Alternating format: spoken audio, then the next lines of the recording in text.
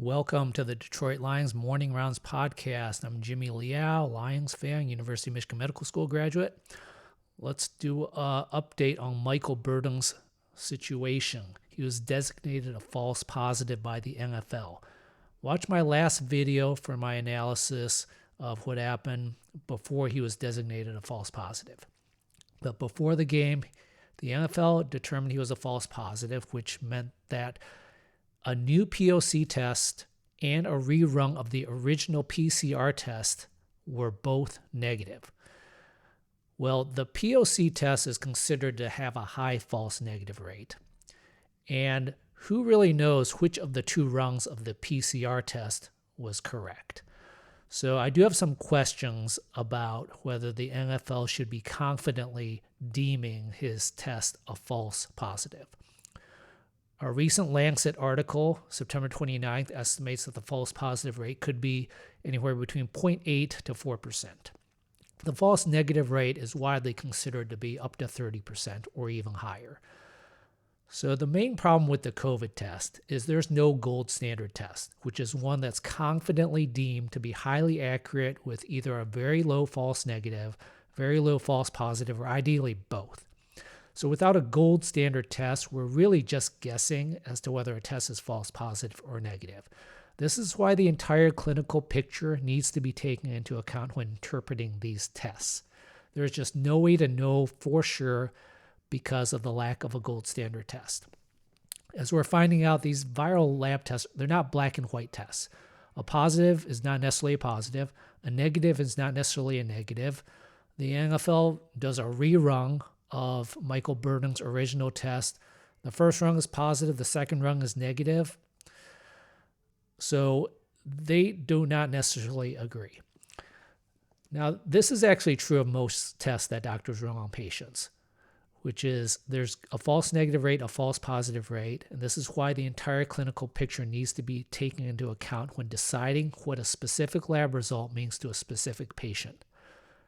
Let's talk about pretest probability, which is the likelihood that a person has what you're testing for based on exam, history of present illness, clinical history, etc. The pretest probability is commonly used by doctors to help determine how to interpret a test result or even if you should do the test in the first place. For Michael Burton, what is the likelihood that you have COVID before we even test you? If the pretest probability is low, for example, if Michael Burton has been locked in his house by himself for a month, no symptoms, then the pretest probability is low. So if the COVID test returns positive, I would say there's a chance, maybe a decent chance, that it's a false positive. And I would consider repeating more COVID testing, doing what the NFL did, rerun the original sample, do a POC, do a PCR, test them over the next day or two, and see what happens with those tests. If the pretest probability is high, for example, if Michael Burton was known to have had contact with a confirmed COVID positive and or had symptoms consistent with COVID, I would deem him to have a high pretest probability for COVID. So we're talking maybe 70-90% range. Again, there's no exact percentage you can put on things. A lot of this is gestalt and just idea of what kind of percentage you're thinking about. So if the COVID test is positive, I'm not spending one more second rerunning tests. I'm not doing what the NFL did, which is try to deem it a false positive. I'm assuming Michael Burton is positive for COVID if his pretest probability was high and his test came back positive. Now, if his COVID test came back negative, I would strongly suspect a false negative and either manage him as if he had COVID or possibly do some more COVID testing in the meantime. So this is an example of why it's not so simple to just act entirely based on test results. Having a doctor interpret the test data is important and valuable. So Michael Burton was allowed to play in the game. In my opinion, the safe thing to do would have been to quarantine him for at least 2 or 3 more days and continue to test him daily and monitor for any symptoms.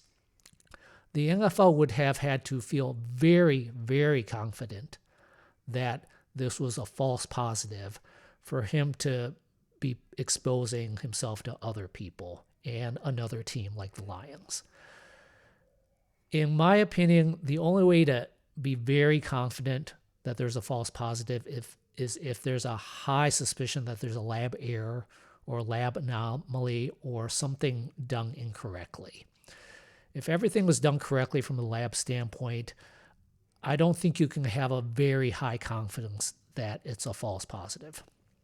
So it'll be interesting to see what happens with the Lions and Saints over the next week, see if any other players convert to positive, specifically in the Saints situation where Burton's continuing to be around his teammates.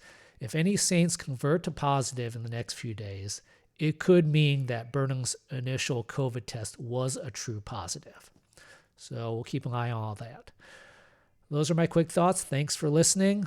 Please leave any disagreements, debates, comments, suggestions, ratings, reviews, or subscribe. Find me on Twitter at Jimmy Liao MD. Thanks.